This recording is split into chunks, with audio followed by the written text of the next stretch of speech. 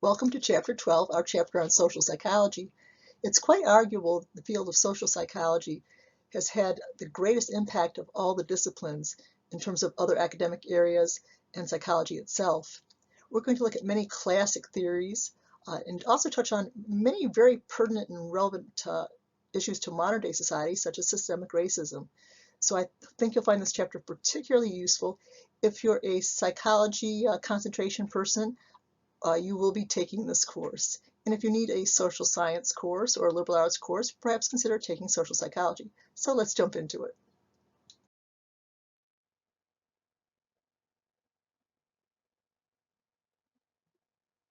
Has social psychology impacted the field of psychology itself? Let's see. Of the 25 experiments generally considered to be the most important, the most influential in psychology, what number do you think would have to be from social psychology to say that social psychology has indeed had a big impact? And remember, there are many, many, many fields of psychology, social psychology just being one. So do you think it would need to be 2 out of the 25 to make it influential? 5 out of the 25? 10 out of the 25? Would you want to push half to say before you could say it's influential? Think a moment and make a decision.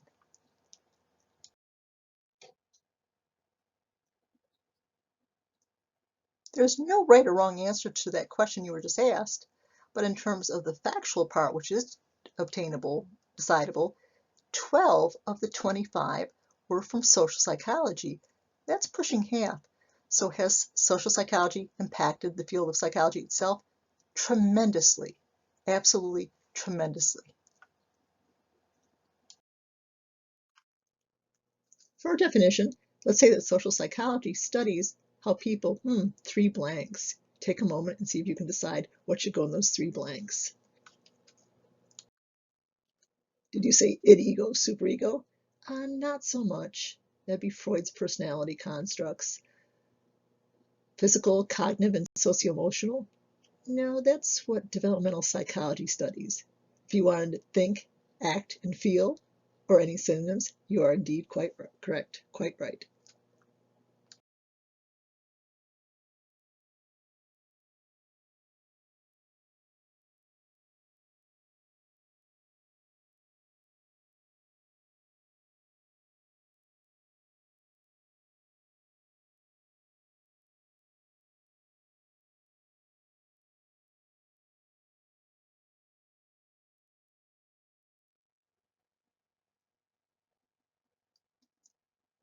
Does SCCC have a social psychology course?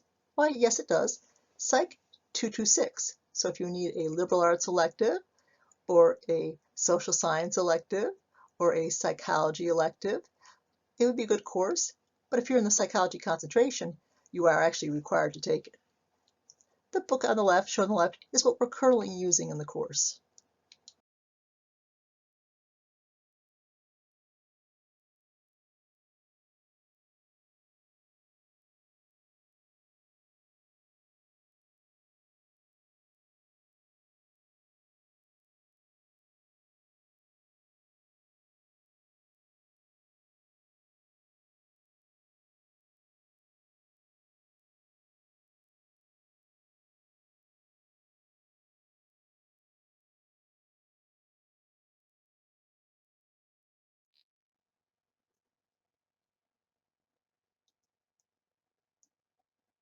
You've probably noticed from the emphasis of the experiment, its component, and the scientific method in this course, that experiments and the publication process that goes with them is critical to psychology, and particularly so in social psychology. So we need to learn more about these articles, which publish the research findings, which publish the data obtained from experiments and other research methods as well.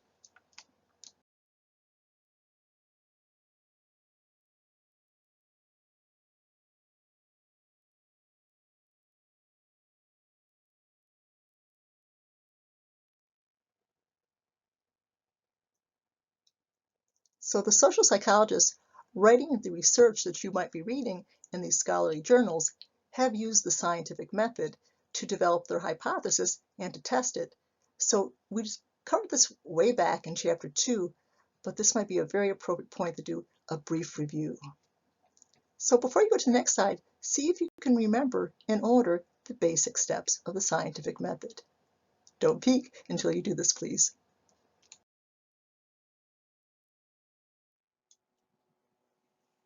So for our first step, we have develop a hypothesis.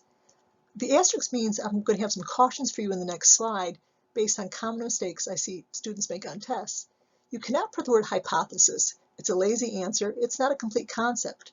So develop a hypothesis is a good answer, though you do not have to say develop a hypothesis for me. You could say, well, think of some different ways of saying develop a hypothesis, and I'll pause for a moment. Create a hypothesis, good. State a hypothesis, excellent. Formulate a hypothesis, you get the idea. So on the test, definitely tell me a phrase involving a hypothesis. You also need to know this hypothesis needs to be a statement, not a question. You'll see that on the next slide. And also, it must be specific. It's not sufficient to say that one variable affects another. How does it affect it? It makes it quicker, slower, bigger, smaller, and so on. So again, it needs to be a specific prediction. For step 2, you could put test hypothesis. That's a logical follow-up. Conversely, it's also very good to put gather data. Either one is good, but don't put both on a test. If you double list a step, it makes me think that you're confused. So choose one or the other, whichever you prefer. I've listed for you some of the different ways of testing the hypothesis: observational research, case study, survey, correlational study, experiment. So we have many options, including these, and some additional ones as well. The next step, you'll create a mountain of data. The next step would be analyze the data. Do you have to use the word analyze? No, you could interpret it. You can apply statistics to it, but you get the idea. More than just one word. Last step, and a lot of students stop there, and unfortunately they can't get full credit. The last step is to publish the results. Can you share that differently? Absolutely. Share the results is also very good. So absolutely positively make sure that you can easily list the 4 steps of the scientific method.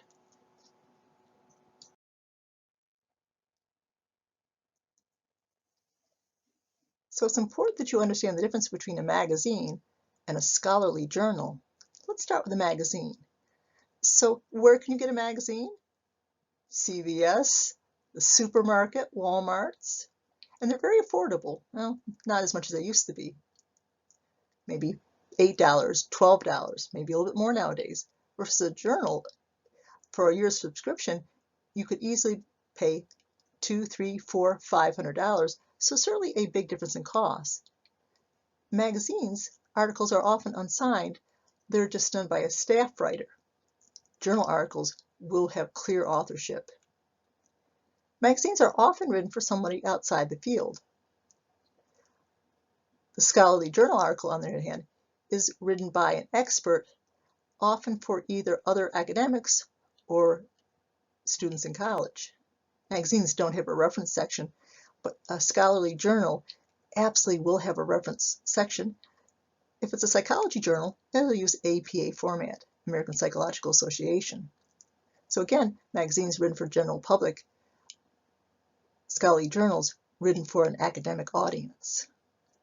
Magazines typically contain advertisements, often lots of them. Not so for the journal.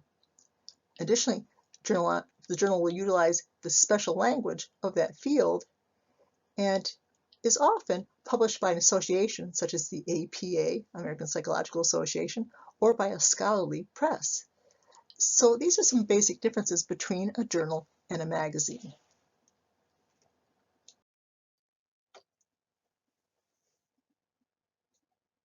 So now we know some basic differences between a magazine and a journal. Typically, when you're asked to write a paper for a social science class, for, in other words, a liberal arts class, typically there's an expectation that magazines will not be used unless the teacher specifically okays them. For example, Time magazine is a fairly substantial magazine, but even that, many teachers, if not most, would not be happy if you used a magazine. Likewise, Wikipedia, though might be useful for you, probably should never, ever be a source in an academic paper, such as you might submit to your sociology teacher or your psychology teacher.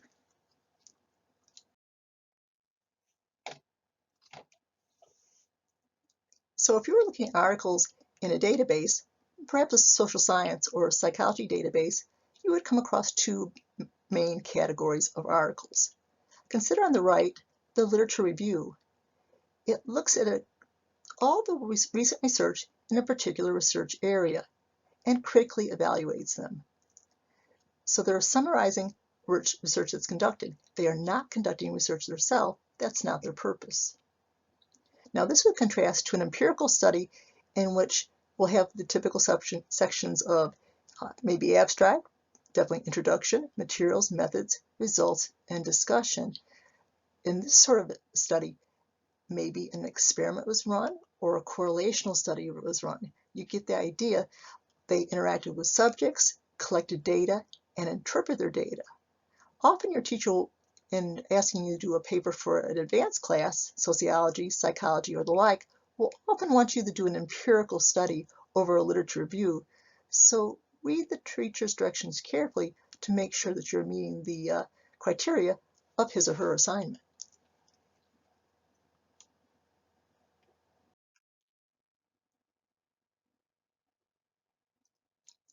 So now that I've snuck in a little review of the scientific method, which might be very useful with the upcoming final and perhaps your upcoming assignment, let's take a look at the anatomy of a journal article, what we would expect to be there.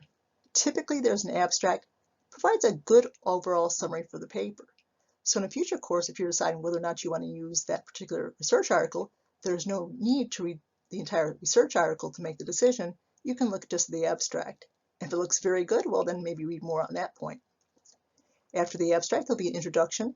It will give you background information of research in that field and will also tell you what the author is up to, why they're conducting this research. There's often a materials section which will look at the instruments, either physical instruments or maybe psychological instruments like perhaps the TAT or the Wechsler IQ test or the NEOPI personality inventory and so on. So materials used and also the methods, which would include sampling and assignment once they get into the study. The results section is often highly statistical and often at an intro psych level, frankly, often can be skipped because it will be discussed in much more readily understandable terms in the discussion section. In this section, you will often find a description of what they found, the implications, and often they will discuss also possible applications of the research. And often the study will do a little bit of self-criticism. They might, for example, say the study should be run again with a wider sample or a larger sample. So it would include often applications as well as potential self-criticisms. Now, unfortunately, this slide does not include the last necessary section of the paper, the reference section.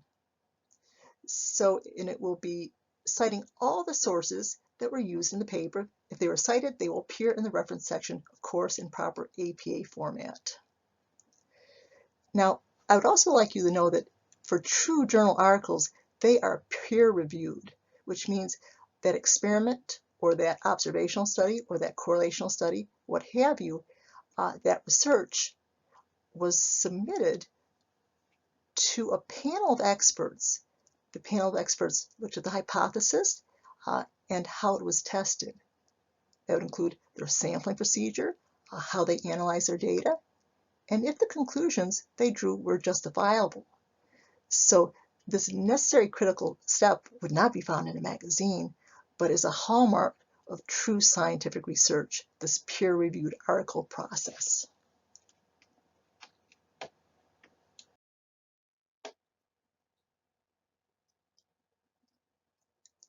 This slide shows you what a journal article might look like if you actually access one of them through the library databases. So as you can see, it has a title. It has the authors clearly indicated with their academic institutions. It has the abstract, as we noted, an overall summary of the article. It has an introduction section reviewing previous research. If this was an experiment, which is not, it would have a methods and materials section. This particular article gives you a conclusion section, which in many research articles is subsumed in the category of discussion. Think of a journal as being basically a business, and they can create their products as they wish. So if they want to use a conclusion over a discussion section, well, that's their decision. And as noted, a reference section, which would indicate all the sources cited in the paper using correct format for the particular field.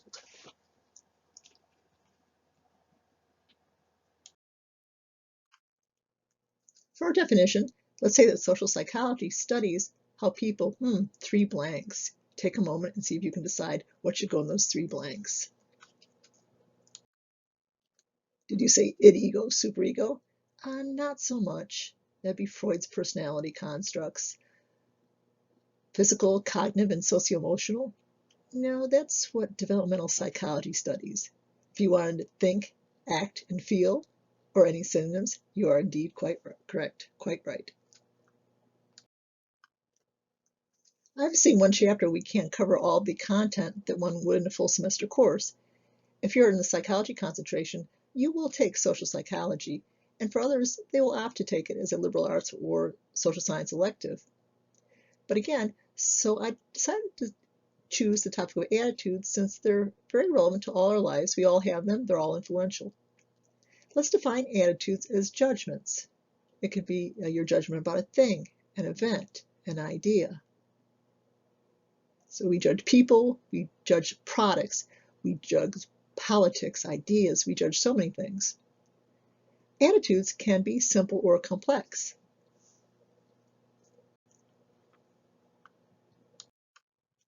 Attitudes can be simple or complex. Simple is when the behavior is consistent, when it matches the attitude. One would think that all attitudes would be simple, but it's far from the case. Complex attitudes is when the behavior is not consistent with the attitude. We think one way, but behave a very different way. Take a moment and think of some examples. You'd be surprised how many different examples an average class can give me. So many examples to choose from. Most smokers know that smoking is very dangerous, especially in COVID times, but they still continue to smoke. Many people know that eating unhealthily is not good, and yet they eat unhealthily. Most people know that they need adequate sleep, but they might not get adequate sleep, and on and on and on. So humans are quite capable of entertaining many complex attitudes. Try to think of yourself in terms of what complex attitudes you demonstrate. Maybe there's a few things that you may want to work on sometime. Let's consider our next topic, persuasion. I chose this one because there's a great amount of time spent by us trying to persuade others, and by others or businesses trying to, or political entities trying to persuade us. Let's define persuasion as attempts to change how others, oh no, three blanks. What do you think? If you think, act, and feel, indeed you are correct. And how is this done? It's by providing information and or appealing to the emotions. I want to pick an attitude, rather a persuasion changing campaign that we're all familiar with. Consider the anti-smoking commercials. Take a moment and think of as many of them as you possibly can.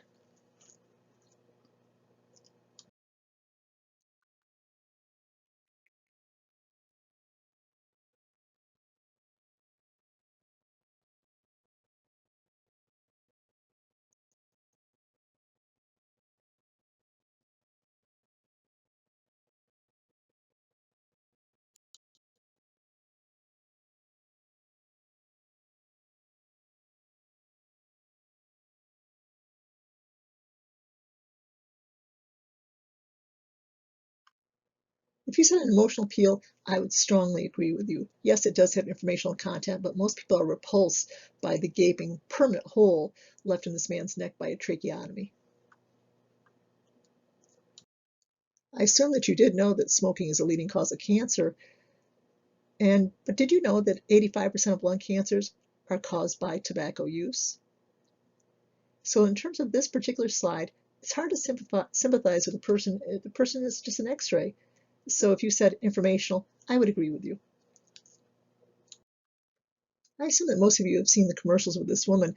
I can't remember if she takes off her wig or puts it on. She was dying at the time she made this commercial and perished within a few months of it, so she knew she was dying when she made it, but she was trying to save others from her fate. So clearly this is an emotional appeal.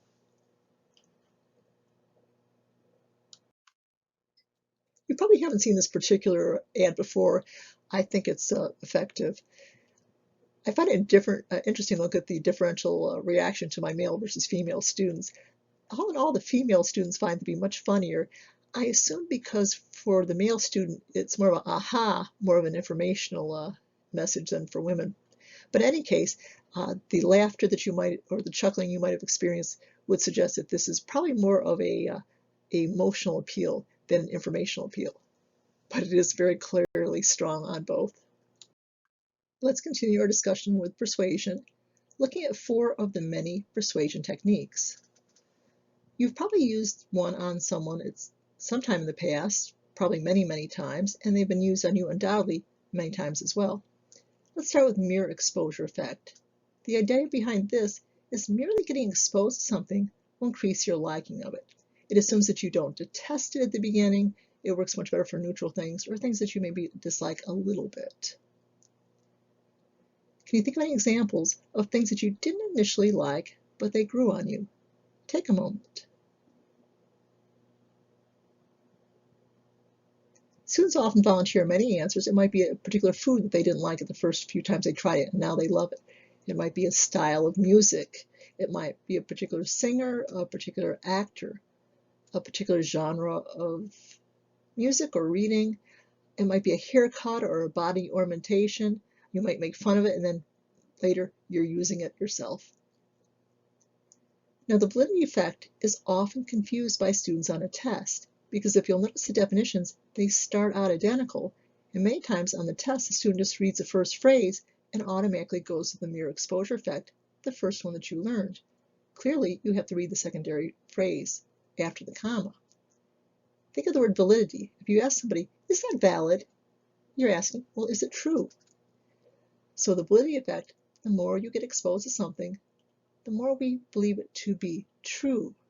So if the more we hear a rumor, we believe it must be true. The more we hear a politician's claims, it must be true.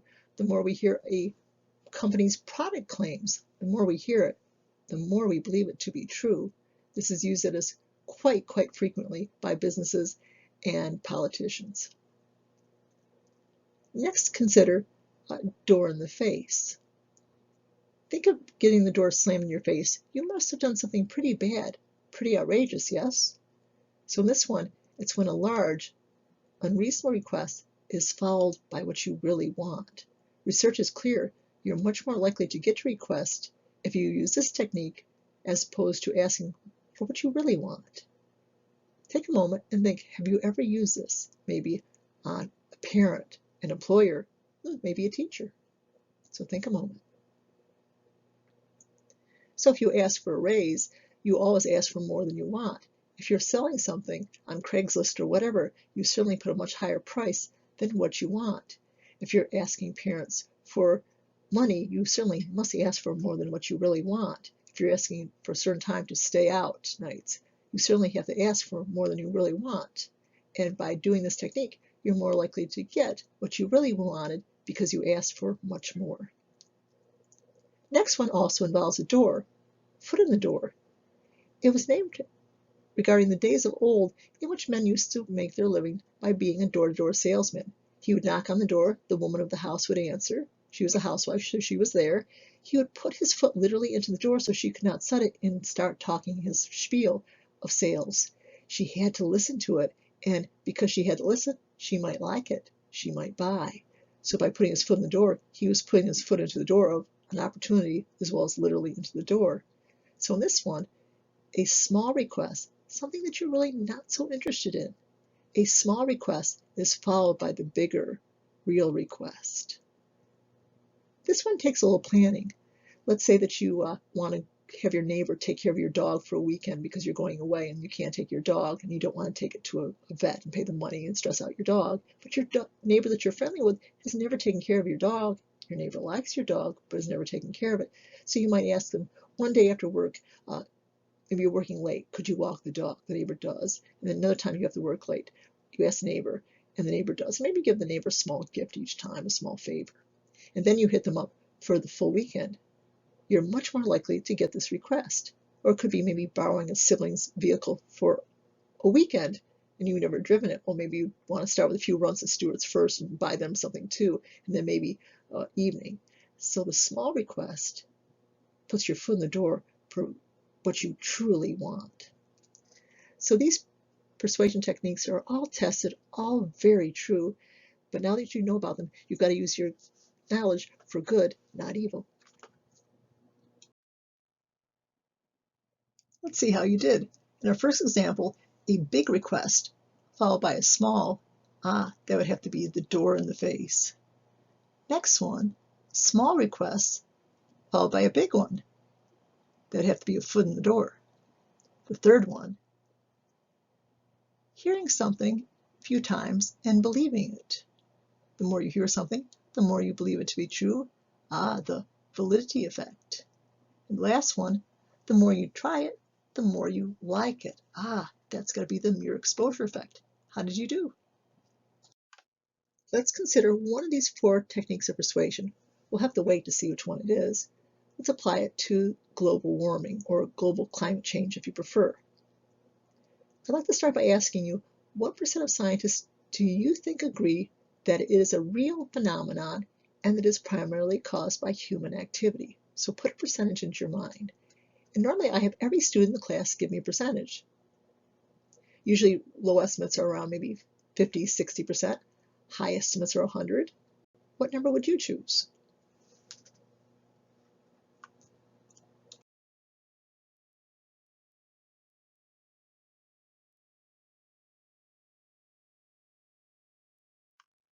"97% of published climate change papers agree that it is real and that we are the cause, and yet many students say 60, 70, 80%. Why are they getting such low numbers? Because there's been a concerted effort by oil and fossil fuel corporations to confuse the public. They frequently say, scientists do not agree, scientists are clear, there's mixed evidence, and they keep saying that and saying that and saying that. Too many people in the public doubt global climate change. This does not occur in other nations, by the way. And you might know that we are the only nation that pulled out of the climate accord. So what are the 4 techniques of persuasion would these corporations be using? And you might notice that one particular political party, is reflected by our current president, has questions the legitimacy of the research and has even gone as far as to call global climate change a hoax. But back to our point, what technique of persuasion is being used? So if the more a particular point is repeated, the more people tend to believe it to be true. It is the validity effect. Consider the next slide, Neil deGrasse Tyson, when asked what he thinks about global climate change.